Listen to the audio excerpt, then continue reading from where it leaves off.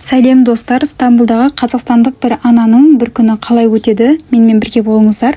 Бүгін жұмысқа бармай, өзіме кішкене демалыс жасадым. Таңертең қарным тез ашпайтындай етіп, жеңіл, пайдалы таңғы ас дайындадым.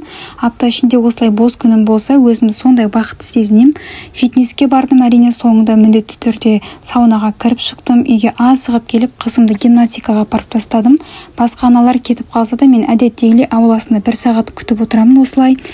Одан кейін қаланың екінші шетіне асықтық. Қызымды ағылшын тіліндегі ойын үйірмесіне алып бардым. Ерте келіп қойған екенбіз, біраз уақыт аулада ойнап серуендеп алдық. Кешке қызымды апасының үйіне апарып тастап, жолдасым екеуміз 15 ғасырлық тас сындарының ішінде қорқынышты фильм көруге бардық. Өте әсерлі болды. Келесі жолы міндетті түрде термосқа сүтті шайымызды дайындап, жылы киініп бару керек екен деп шештім. Осымен бүгінгі күнім осылай өтті. Келесі влогта кездескенше достар. Осындай айдар, осындай влогтар сіздерге ұнаса, лайк басып, қолдап қойды міндетті түрде ұмытпаңыздар достар.